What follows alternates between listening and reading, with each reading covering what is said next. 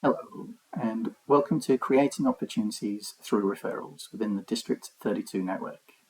I'm Richard Wiles, I'm from the CBD Circle, and I'm going to run through a few slides to help you with the 1, 2, 3 for success, and really focusing in on how might we increase referrals within the network. The 1, 2, 3 for success was introduced recently because District 32 is really here to help you grow your business network and your business in turn.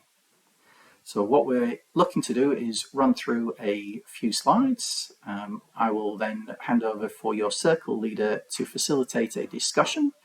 And the discussion really is about how we can increase the referrals within your circle, but more broadly across the whole District 32 network.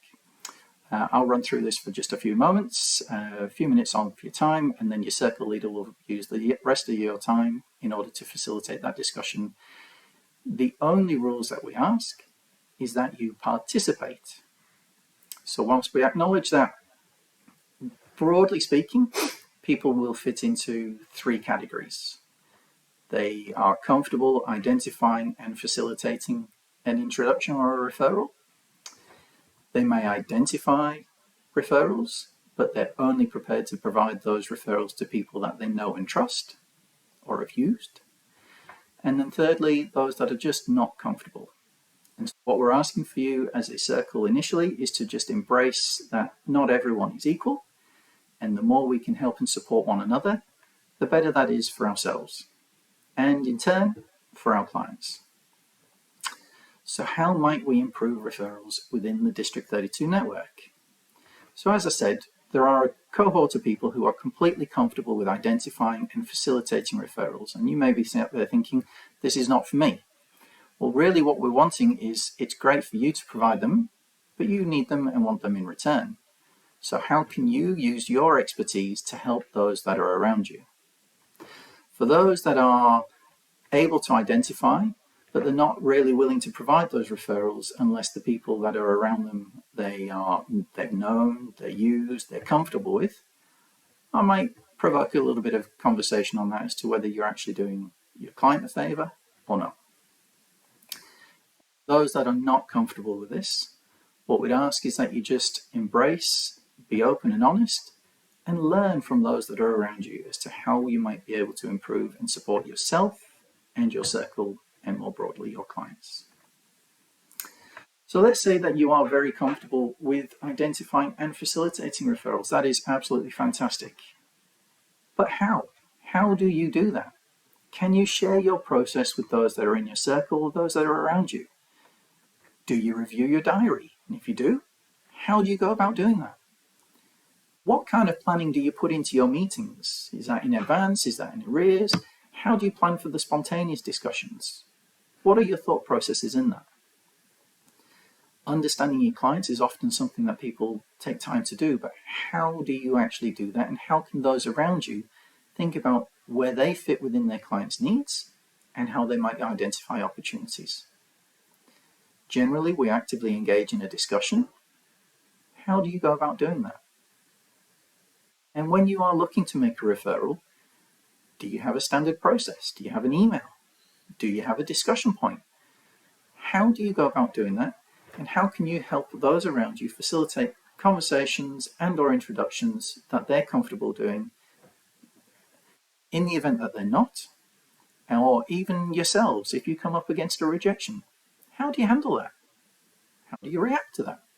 And how can those around you be comfortable in the same situation? For those who are able to identify, but you will only facilitate those to people that you know and trust, I guess I'm going to ask, is that really in your client's interest? Is that what you're doing for them? And that client could be friends, it could be family. Or is it more about protecting yourself?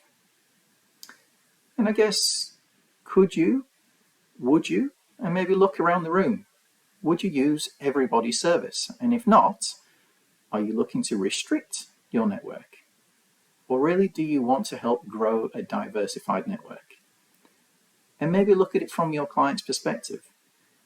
What if you both identify that they have this need, but you don't provide any referral, and they're at maybe best going and checking Google and taking the risk with some random Is having a touch point through yourself better than no touch points or not? Or even worse, what if you identify that they have this need and they don't? And they miss the opportunity to improve altogether.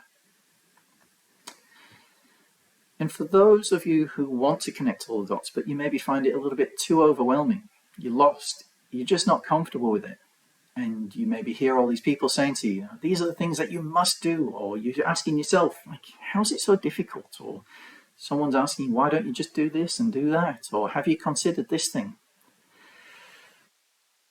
Stop. Just take a moment and stop putting so much pressure on yourself. Find a way that you can be comfortable with just trying to help. If you have the right intentions, be comfortable that you are there to help your clients, your friends, your family. Find a process that you are comfortable with following, and then practice that. And be prepared that you're not always going to get it wrong. But that's okay, because really at the end of it, you're trying to help someone else.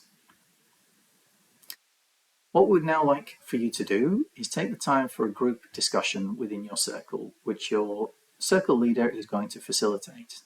Now, this may be a broad discussion where everyone has a discussion out loud, or you might, every alternate person, turn to your left and have a tiny one-on-one discussion and then take it more broadly to share everything with everyone else.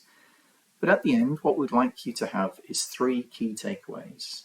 And that is, for you yourself, how can you have a process that you are comfortable with identifying the opportunities and sharing those with others around you? How can you plan for the meetings that you have coming up in advance so you are actually prepared for what the discussion may be? And instead of feeling, why aren't these referrals coming back? Instead of feeling, why can't I identify these referrals, or why am I so concerned about it? Change the mindset to, how can you? How can you help those around you? How can you help your clients? And in turn, how can you help yourself? Your circle leader will facilitate this discussion now, but should you have any particular queries that you would like for some help from me, don't hesitate to get in touch. Wishing you all the best now. As a circle, go forth and thrive.